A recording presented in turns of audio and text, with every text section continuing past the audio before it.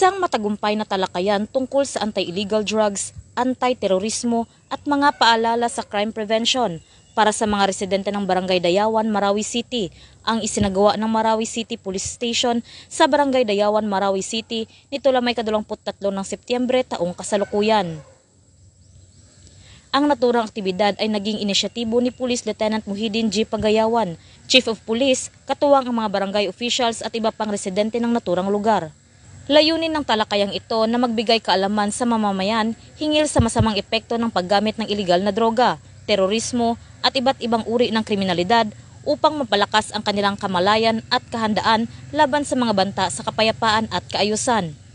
Sa pamamagitan ng pagbibigay ng tamang impormasyon at praktikal na mga paalala, inasahang mahihikayat ang mga komunidad na makiisa sa mga programa ng pamahalaan at ng kapulisan para sa pagpapanatili ng ligtas, mapayapa at maunlad na pamayanan.